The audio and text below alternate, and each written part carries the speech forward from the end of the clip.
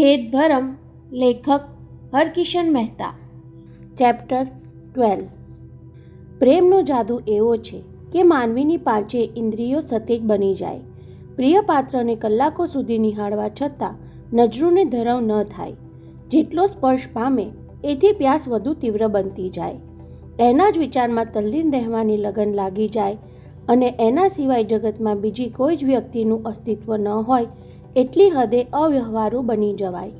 નદીમાં ઘોડાપૂર આવે તેમ જીવનના બંને કાંઠા છલોછલ છલકાઈ જાય. તરતા ન આવડતું હોય તો પણ પ્રિય પાત્રને પામવા માટે મહાસાગર ઓળંગી જવા જેવું જનૂન ઉભરાવા લાગે. આગલી રાતનો ઉજાગરો વિવેકને બહુ હૂંફાળો લાગ્યો હતો. લંડનના મહેમાનને હોટલમાં પહોંચાડી 2 વાગ્યે પ્રિયાને ગુડનાઇટ કરીને છૂટો પડ્યો. ત્યાં જ ફરી મળવાની મીઠી બેચેની સાથે એ ઘેર આવ્યો. પણ આંખમાં ઊંઘને બદલે પ્રિયાની આકૃતિ જ આળોટતી હતી. 1 જ કલાકની નિખાલસ વાતચીત 2 વ્યક્તિને આટલી બધી નિકટ લાવી દે તે જાતે અનુભવ્યા વિના માની જ ન શકાય. વધુ વિચિત્ર તો એ લાગ્યું કે ત્રીજી વ્યક્તિને નિમિત્ત બનાવી બંને નિકટતા પામતા ગયા. એરપોર્ટ પહોંચ્યા પહેલાં જે ગૌતમ સોમૈયા બંનેની વચ્ચે આવતો હતો એના જ કલાકના મોડા આગમનને બંનેને લગોલગ લાવી દીધા. વિવેક, અત્યંત ગરીબાઈ એ શાપ હોય તો અધિક શ્રીમંતાઈ પણ વરદાન નથી. પ્રિયાએ ઉચ્ચારેલા એ એક વાક્યમાં ઘણું બધું કહેવાઈ ગયું હતું.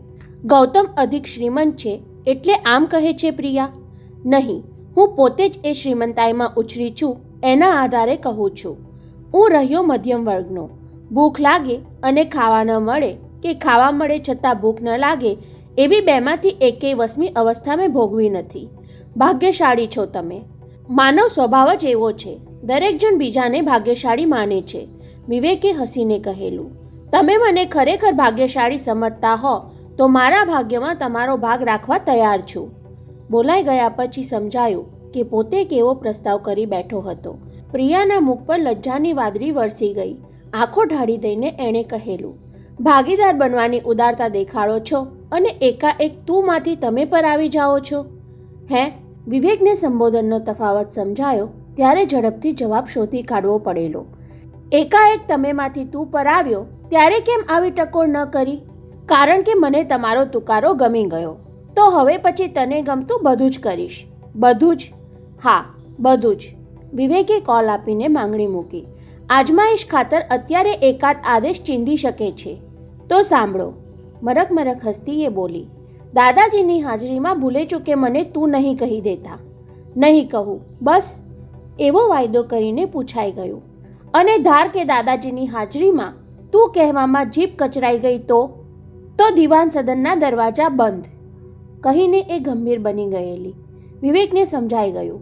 દુર્લભજી દિવાનની પૌત્રીને ભાગીદાર બનાવવામાં માત્ર ખુમારી નહીં, ખુવારીની તૈયારી પણ રાખવી પડશે. બોઈંગને ઉતરતું જોઈને ધડકતા દિલે તેણે કહેલું. ગૌતમનું વિમાન આવી રહ્યું છે પ્રિયા. નહીં વિવેક, તોફાન આવી રહ્યું છે. અને ગૌતમ તેની માતા સાથે કસ્ટમમાંથી બહાર આવતો દેખાયો ત્યારે કાનમાં કહેતો હોય એટલા ધીરેથી પોતે બોલી ગયેલો. તોફાન ભલે આવે, આપણને અલગ નહીં કરી શકે. પ્રણયના પ્રથમ પ્રભાતનો સૂરજ વિવેકને વધુ તેજસ્વી લાગ્યો હતો. ગુગવાતા સાગરનો ઉછાળો વધુ તરંગી દેખાયો હતો. ઉડતા પંખીઓનો કલશોર વધુ સુરીલો સંભળાયો હતો અને માતાએ આપેલો પૂજાનો પ્રસાદ વધુ પવિત્ર વર્તાયો હતો. દીકરા, આજકાલ વીમા ઉતારવાનું કામકાજ મોડે સુધી ચાલે છે કે? માએ પૂછ્યું ત્યારે ભડકીને પોતે ભોંઠો પડી ગયેલો. કહી દેવા માટે જીભ તલપાપડ બની ગયેલી કે બા, હું પોતે મારી જિંદગીનો વીમો ઉતરાવવાની વેતરણમાં પડ્યો છું. પણ એવી ખબર આપવા માટે હજુ સમય પાક્યો ન હતો. થોડી સબૂરી રાખવી પડે તેમ હતી. બા, પેલા દિવાન સાહેબ છે ને? સાચું ખોટું કહી દેવા માટે શબ્દો ગોઠવવા પડેલા. એમના મહેમાન ઇંગ્લેન્ડથી આવવાના હતા, મારે એમને લેવા જવું પડ્યું. થોડીવાર વિદ્યાબહેન તેને ચૂપચાપ જોતા રહેલા. બોલવા ન બોલવાની ગળમથલમાંથી બહાર આવીને હળવેકથી સંભળાવેલું. વિવેક, મોટા માણસોમાં બહુ ઊંડા ઉતરવાનું નહીં. તું જિંદગીના વીમા ઉતારે છે પણ એમને ત્યાં મૃત પછી એ માણસને પ્રેત થઈને જીવવું પડે છે. એટલે તું સુરેખા દેવીની વાત કરે છે બા? હા, તે જ તો કહ્યું હતું કે ત્યાં લીધેલી એની મોટરમાં પ્રેત દેખાયું હતું. પણ સુરેખા દેવી દુઃખી હતા એવું તને કોણે કહ્યું? એણે પોતે જ. કહીને વિદ્યાબહેને નિશ્વાસ નાખ્યો. ત્યારે વિવેક સ્તબ્ધ બનીને માને જોઈ રહ્યો. હવે યાદ આવ્યું કે પહેલીવાર પોતે દિવાન કુટુંબની વાત ઉચ્ચારેલી ત્યારે માના મુખભાવમાં કાંઈક જાણીતી હોવાનો પ્રત્યાઘાત પોતે જોયેલો, પણ પૂછવાનું જ રહી ગયું હતું. અત્યારે તેની અધીરાઈ વધી પડી. બા, સુરેખા દેવી સાથે તારે ઓળખાણ? અમે બંને એક જ ગામમાં ઉછર્યા હતા, એક જ નિશાળમાં ભણ્યા હતા અને એક જ શેરીમાં સાથે રમ્યા હતા. એટલે કે જામનગરમાં? હા, એ નગર શેઠની દીકરી અને હું સાધારણ ઘરની, છતાં અમારા બહેનપણા બરાબરના. મારા લગ્ન 1 વર્ષ પહેલાં થઈ ગયા. હું પરણી સાધુ સંસારીને અને એને માંડવે મહારાજા કરતાંય સવાયા ગણાતા દિવાન કુટુંબની જાન આવેલી. વસંતજીનો વરઘોડો જોવા આખું જામનગર ઉમટ્યું હતું. હું ત્યારે સુવાવડ માટે પિયર આવેલી. બહેનપણીના લગ્ન તો માણી શકતી ન હતી, પણ વરઘોડો જોઈને મારી આંખ ઠરેલી. સરુને વડાવી ત્યારે મેં અંતરના ભાવથી કહેલું, સરુડી, તું તો મહારાણી બની ગઈ. મારી સાથે પાંચીકે રમવામાં અંચી કરતી હતી એવું તારા પરણ્યા હારે ન કરતી. ત્યારે શું ખબર હતી કે પતિ જ એની હારે અંચી કરશે. વિવેકને થોડીવાર તો બોલવાનું જ સૂઝ્યું નહીં. પ્રિયા અને પોતાની માતા, બાળપણની બહેનપણીઓ નીકળી એ જોગાનો જોગે તેને ચોંકાવી દીધેલો. વધુ વારે પૂછવાનો ખ્યાલ આવ્યો, પણ બા, લગ્ન પછી તમે બંને ક્યારે મળ્યા? સુરેખા મરણ પામી તેના 6 મહિના અગાઉ. વિદ્યાબહેન યાદ કરતા હોય એવી રીતે બોલી ગયા હતા. માધવબાગ મંદિરે ધજા ચડાવવાનો ઓછવ હતો. લોકોની જબરી ભીડ જામી હતી અને એના લગ્ન પછી પહેલી જ વાર આટલા બધા વર્ષે મળ્યા હતા. છતાં એણે મને આગેથી ઓળખી કાઢીને સાથ પાડ્યો. અરે વિદુડી, વિદ્યા, તું? મને જોતા જ એ ગડગડી થઈ ગયેલી. મારાથી કહેવાઈ ગયું, કેમ છો મહારાણી? સુખમાં માહલે છે ને? ત્યારે એનો ચહેરો ફિક્કો પડી ગયો. તરડાયેલા અવાજે એણે કહેલું, વિદુ, મારું સુખ તો મૃગજળ જેવું છે. બીજાને મહાલવા જેવું દેખાય, પણ કોઈ મારી ભીતર ડોકાઈને જુએ તો ધગધગતા રણ સિવાય બીજું કાંઈ જ નહીં દેખાય. આગળ બોલતા સરુએ પહેલાં આજુબાજુ જોઈ લીધેલું. વિદ્યા, તારા પતિ તને 5 વર્ષનું સંસાર સુખ પામીને ફરી સાધુ થઈ ગયા, જ્યારે હું તો છતે પતિએ સંસાર સુખથી સાવ વંચિત જ રહી ગઈ. બસ 2-4 મહિના ધણીની હૂફ મળી, પછી તો એક જ પલંગમાં પડખા ફરીને છતી ઊંઘે ઉજાગરા જ વેઠવા પડ્યા. જાણે આટલું કહી દેવામાંય કાંઈક પાપ કરી નાખ્યું હોય તેમે પાછું ફરીને જોયા વિના સડસડાટ ભીડમાં ભળી ગઈ. માએ શ્વાસ ખાવા રોકાઈને લાંબો નિશ્વાસ નાખ્યો. બિચારી મોટર અકસ્માતમાં મરી કે આપઘાત કરીને છૂટી ગઈ, કોને ખબર. તારી ધોળી મોટરને આંગણે ઊભેલી જોઈને હું ઘણીવાર રોઈ લઉં છું. બિચારી મરીને છુટકારો ન પામી, જીવને સદગતિ ન સાંપડી. માના ધગધગતા નિસાસાએ વિવેકને દજાડ્યો હોય તેમે થથરી ઉઠ્યો. અકસ્માત કે ખૂનની શક્યતા વચ્ચે ખેંચતાણ ચાલે છે ત્યાં માએ વળી આપઘાતની આશંકા ઉમેરી. સુરેખા દેવીની સિટ્રોન કાર જૂના સંબંધોની ગાંઠને નવા સંબંધથી વધુ મજબૂત કરશે કે પોતાના જીવનમાં ગૂંચ ઊભી કરશે. માને કહી દેવાનું મન થયું કે તારી બહેનપણીની દીકરી સાથે તારા દીકરાને માયા બંધાઈ રહી છે, તું આશીર્વાદ આપીશ ને? એ જ વખતે રસોડામાં ચૂલે મૂકેલા કુકરની સીટી સંભળાઈ એટલે હૈયામાં સંઘરી રાખેલી વરાળ ઠલવાઈ ગઈ હોય એવી હળવાશ અનુભવતા વિદ્યાબહેન ઉઠ્યા. હવે તારી માને રસોડાની આ સીટીઓમાંથી રજા મળે એવું કરી નાખ વિવેક. સાસુ બનવા માટે હજુ મારે ક્યાં સુધી તપ કરવું પડશે? ત્યારે વિવેક રાબેતા મુજબનો જવાબ આપી દેવાનું વિચારતો હતો, પણ એની જરૂર જ ન રહી. માની જેમ તેને ટેલિફોનની ઘંટડીએ તેડું કર્યું અને સરકી જવાનું બહાનું મળ્યું. ધાર્યું હતું તેમ પ્રિયાનો જ ફોન નીકળ્યો. સાહેબ, ઉઠી ગયા છો કે? સૂતું છે કોણ? હું તો ઘસઘસાટ ઊંઘી ગયેલી, પ્રિયાએ રમતિયાર સ્વરે કહ્યું, છતાં વિવેકને વસમું લાગ્યું. પરદેશી મહેમાનના દર્શન કર્યા પછી નિરાતની ઊંઘ આવી જ જાય ને. પરદેશી મહેમાનની બહુ બળતરા થાય છે કાંઈ? તેણે ખીજાવાનું ચાલુ રાખ્યું. તમે જોયો ને ગૌતમને, કેવો ફાકડો છે? હા, એટલો બધો ફાકડો છે કે જોતા જ પરણી જવાનું મન થઈ જાય. ત્યારે પ્રિયા હસી પડી. સારું છે કે તમે છોકરી નથી, નહીંતર તમારે નંબર લગાડવા લાઈનમાં ઊભું રહેવું પડત. તોય મારો નંબર લાગત નહીં, કારણ કે દિવાન કુટુંબની એક સુપુત્રી તેના રૂપ અને ધનથી મૂર્તિયાને મોહિત કરી દેત. મજાક છોડો વિવેક, અહીં મામલો ગંભીર બની રહ્યો છે. પ્રિયાના અવાજમાં પલટો આવી ગયો. તમે સવારનું છાપું વાંચ્યું, પણ પહેલા પાના પર દિવાન કુટુંબની પુત્રીના વેવિશાળના સમાચાર દેખાયા નહીં. બી સિરિયસ વિવેક, અંદરના પાના પર નજર રાખીને જુઓ. ગૌતમની ફોટો સાથે જાહેર ખબર આવી છે. જાહેર ખબર? વિવેકે હાથ લંબાવીને છાપું ખેંચ્યું. ગૌતમ કુમારે શેની જાહેર ખબર આપવી પડી? મુરતિયા પધાર્યા છે એની, પ્રિયા કટાક્ષમાં બોલી ગઈ.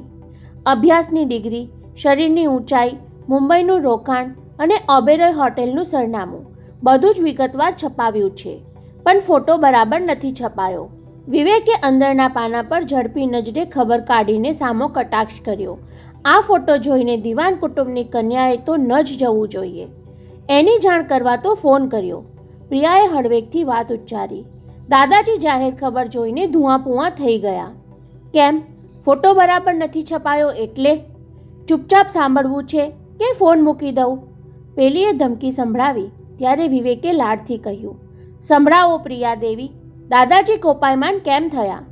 એમને બહુ ખરાબ લાગ્યું. ફોટો સાથે આ રીતે જાહેર ખબર કરીને કન્યાઓનું પ્રદર્શન ભરાય એમાં દિવાન કુટુંબની દીકરી ન જાય. સોમૈયા કુટુંબના મુંબઈમાં રહેતા કોઈ સગાએ દાદાજીની જાણ વિના આ પરાક્રમ કર્યું. એમાં આપણા માટે મુરતિયો કેન્સલ થઈ ગયો અને આ મુરતિયો ફાવી ગયો. વિવેકને ઉછળી પડવાનું મન થયું. પ્રિયા, આ તો ખુશ ખબર કહેવાય. એને તું મામલો ગંભીર ગણાવે છે? ગંભીર તો ખરો જ ને. કદાચ દાદાજીના કામચલાઉ સેક્રેટરીની તારી નોકરી આજથી જ ખતમ થઈ જવાની. પછી આપણે મળીશું કેમ? ઓહ, એ રીતે મામલો ગંભીર ગણાય. પણ અત્યારે તું ફોન પર આટલી છૂટથી વાતચીત કરે છે એટલે દાદાજી આસપાસ નહીં જ હોય. બાથરૂમમાં છે, બહાર નીકળવાની તૈયારીમાં જ હશે. પ્રિયાની અધીરાઈ વધી ગઈ. તમે એક કામ કરજો, અડધા કલાક પછી સાવ અજાણ્યા રહીને ફોન કરજો. મહેમાન માટે કાંઈક ડ્યુટી બજાવવાની હોય તેમ પૂછપરછ કરવાને બહાને વાતચીત કરી લેજો.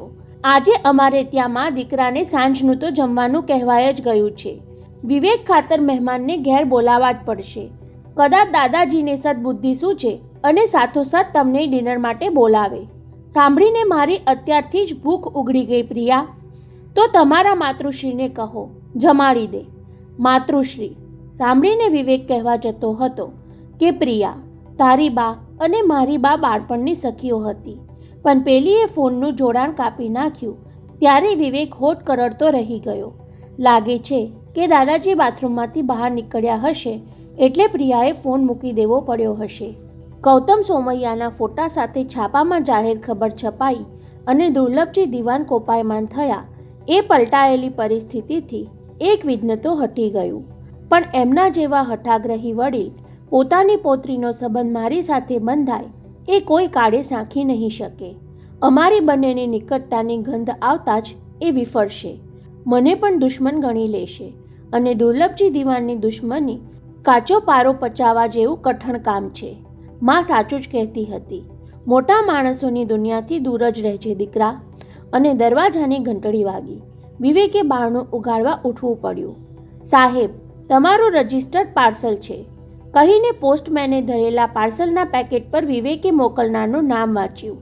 Lakshmi, care of postmaster, Allahabad, Uttar Pradesh. સહી કરીને પાર્સલ લીધું ત્યાં સુધી વિવેક યાદ કરતો રહ્યો. અલ્હાબાદમાં પોતે ક્યારેય ગયો નથી, તો પછી આ કઈ લક્ષ્મી દેવીનું પાર્સલ આવ્યું? કદાચ બાની કોઈ ઓળખીતી ભક્તાણી જાત્રાએ ગઈ હશે અને પાર્સલથી પ્રસાદ મોકલ્યો હશે. એવા અનુમાન સાથે એ માને હાક મારવા જતો હતો, પણ વિચાર બદલ્યો. પાર્સલની સિલાઈ તોડવા માટે બ્લેડ શોધી કાઢી. મોકલનારે પાર્સલનું પેકિંગ બહુ ચીવટથી કર્યું છે. બબડતા તેણે ઝટપટ સિલાઈના ટાંકા કાપી નાખ્યા. કાપડનું આવરણ કાઢ્યું ત્યાં અંદરથી પૂઠાનું બોક્સ નીકળ્યું. એ ખોલ્યું તો પ્લાસ્ટિકનું બીજું બોક્સ નીકળ્યું.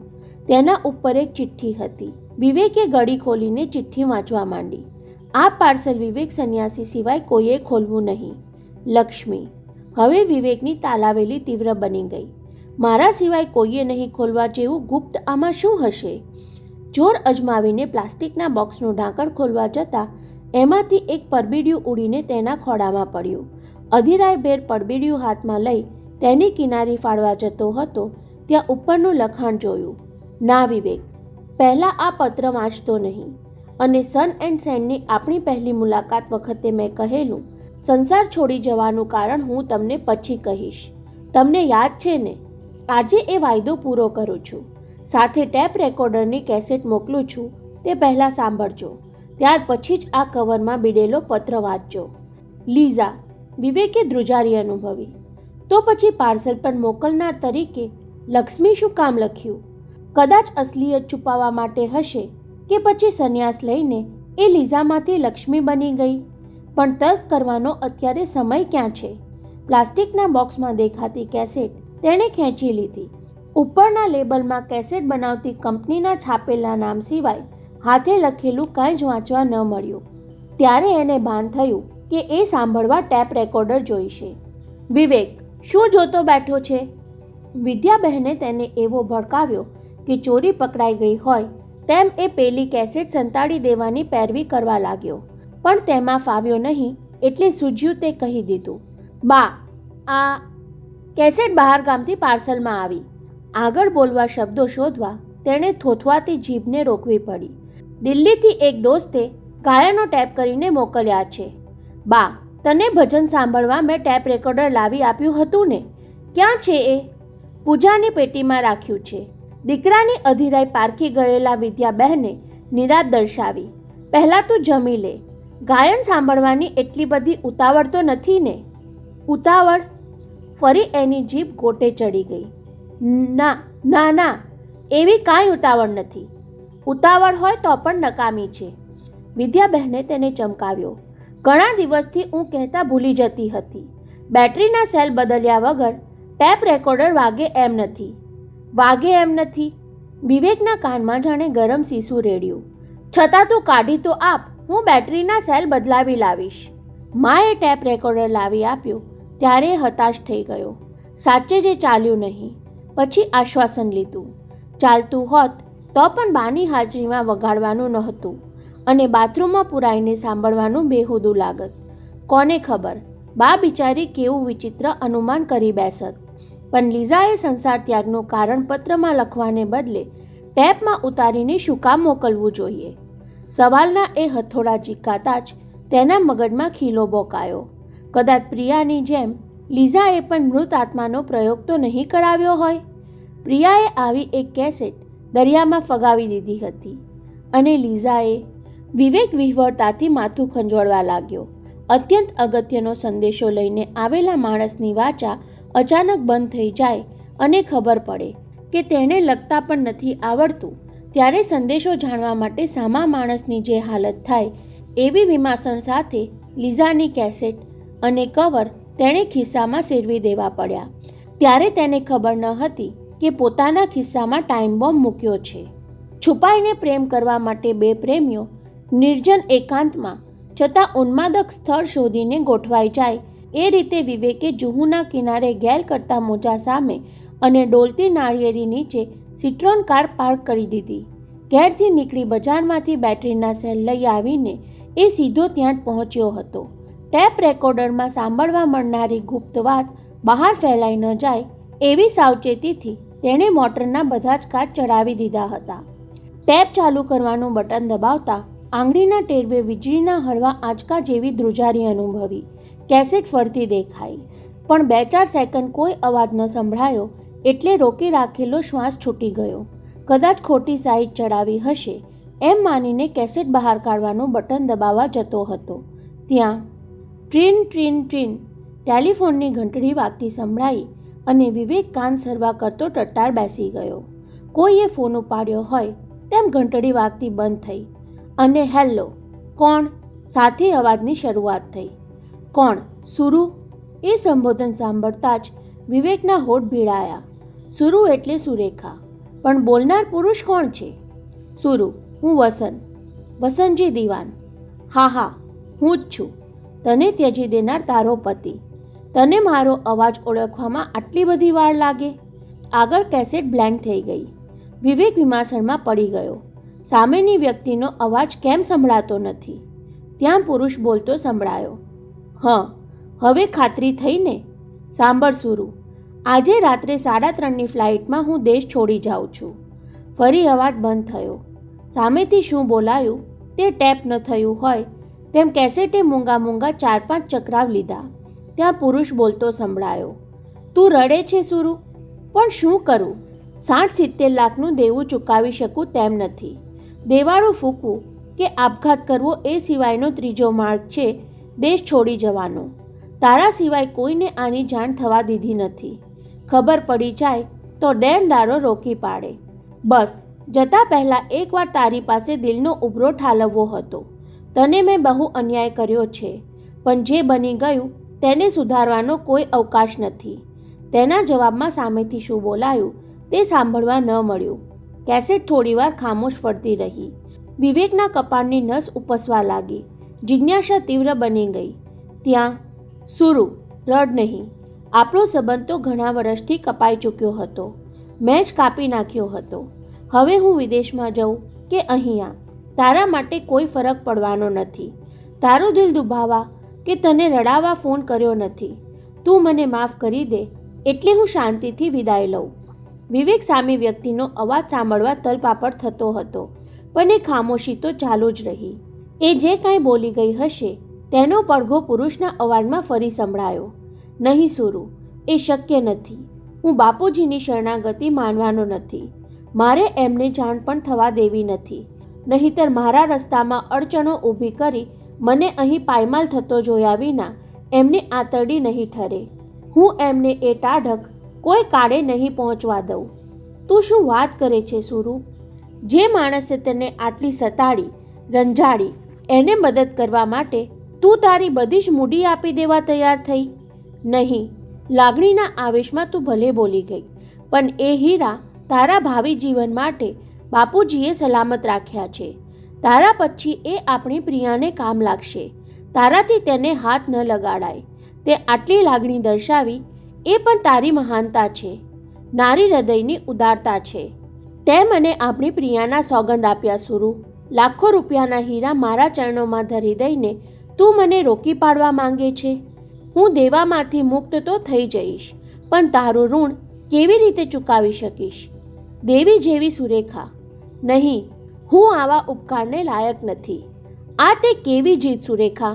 હું દેશ છોડી જાઉં તો તું આપઘાત કરીને મરી જવા સુધીનું બલિદાન આપવા તૈયાર થઈ ગઈ. મેં તને સુખેથી જીવવા નથી દીધી, છતાં મારે ખાતર તું પ્રાણ ત્યજી દેવા તૈયાર થઈ. તો ઠીક છે, લેણદારના કરજમાંથી મુક્તિ પામવા માટે હું તારો દેવાદાર બની જઈશ. બસ, ખરેખર તું તારા બધા જ હીરા મને સોંપી દેવા માંગતી હોય તો એ આપવા માટે તારે એરપોર્ટ આવવું પડશે. બોલ, આવીશ? સાવ એકલી આવી શકીશ? એ સવાલે વિવેકનો શ્વાસ અદ્ધર કરી દીધો. સુરેખા દેવીનો અવાજ સંભળાયો તો નહીં, છતાં મનમાં ધારી લીધો, તમારે ખાતર હું ગમે ત્યાં આવવા તૈયાર છું. તો સાંભળ. ટેપ રેકોર્ડર પુરુષના અવાજમાં સૂચના આપવા લાગ્યું.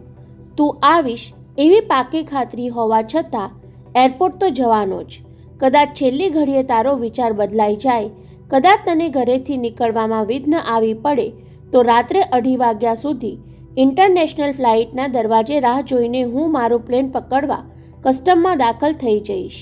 બીજી વાત, આટલા કિંમતી હીરાનું જોખમ લઈને તું એકલી એરપોર્ટ સુધી આવે એ બરાબર નથી. રસ્તામાં તારે મારા એક માણસને કારમાં બેસાડી દેવો પડશે. સુરુ, તું બધું બરાબર સાંભળે છે ને? વિવેકે ફરી જવાબ ધારી લીધો.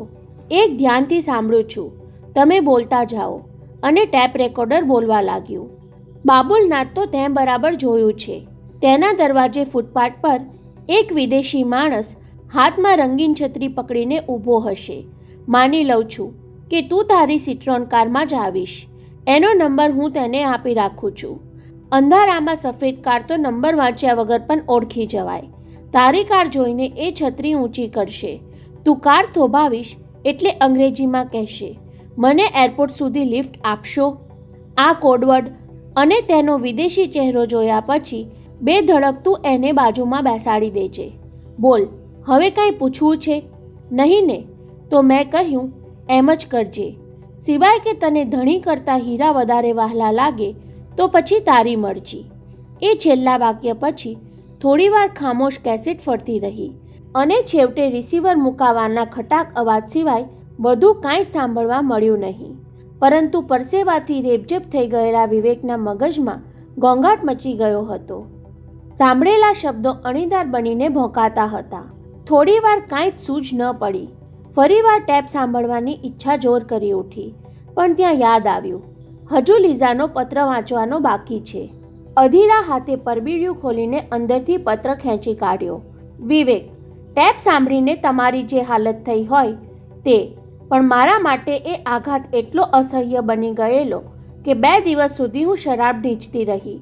જેમને ખાતર હું મારો દેશ છોડીને અહીં આવી અને જેમણે મારે ખાતર પોતાનો પરિવાર ત્યજી દીધો, એમનું અસલી રૂપ એમના અવાજમાં ઉઘાડું પડી ગયા પછી મારા માટે સંસારમાં રહેવા જેવું શું રહ્યું? સુરેખા દેવીની જેમ એમણે મારી માને છેતરી હશે એવું હવે રહી રહીને લાગ્યા કરે છે. આ ટેપ મેં ક્યાંથી મેળવી, મને કોણે આપી, એ બધી પંચાયતમાં પડ્યા વગર હું એટલું જ કહીશ કે અલ્હાબાદના સંગમમાં સંસાર ત્યજી દેવાના સંકલ્પને ડૂબકી મારી ત્યારે આ બોલતા પુરાવાને ત્યાં જ પધરાવી દેવાની ઈચ્છા જાગી હતી. પણ તમે યાદ આવી ગયા. ખબર નથી કે આ તમને શું કામ મોકલું છું. કદાચ આત્માની શાંતિ માટેના જે માર્ગે હું જઈ રહી છું તેમાં આ બોજ વિઘ્નરૂપ લાગતો હશે એટલે તમારે હવાલે કરવાની પ્રેરણા થઈ. કદાચ એનો નાશ કરવામાં કોઈક પાપ થવાનો ભય લાગ્યો હશે એટલે એને હું પ્રયાગમાં પધરાવી ન શકી. ગમે તે હોય, આ રહસ્ય તમને સુપરત કરી દઈને હું તેમાંથી મુક્ત બની જવા માંગુ છું. તમારો અંતરાત્મા સુજાડે તેમ કરજો. આ પાર્સલ તમારા હાથમાં પહોંચશે ત્યારે કોને ખબર હું ક્યાં હોઈશ. લીઝા મટીને લક્ષ્મી બન્યા પછી તમારા સહિત સૌ સાથેના સંબંધ આજથી પૂરા થયા. વિવેકની આંખો ભીંજાઈ ગઈ. થોડી વારે બારીના કાચ ખોલવાનું યાદ આવ્યું. તાજી હવાની લહેરખીમાં મગજ સળવળતું થયું. હવે પુરવાર થઈ ગયું કે સુરેખા દેવીનું ખૂન થયું છે અને તે વસંતજી દિવાનના જ કોઈક માણસના હાથે. દુર્લભજી દિવાનની શંકા સાચી ઠરી. પ્રિયાની શ્રદ્ધા ઠગારી નીવડી. પણ હવે મારે આ કેસેટનું કરવું શું? આ પુરાવાના આધારે વસંતજી દિવાનને ગુનેગાર તો ન ઠરાવી શકાય, પણ આરોપી જરૂર ગણાવી શકાય. પણ ટેલિફોનની વાતચીત એક તરફની જ કેમ ટેપ થઈ હશે? લીઝાને કોણે, શા માટે આ પુરાવો સોંપ્યો હશે? તેને દુર્લભજી દિવાન પાસેથી આ કેસેટની મોં માંગી રકમ મળી શકત. પુરાવાનું આ રહસ્ય સૌથી પહેલાં કોની સમક્ષ રજૂ કરવું?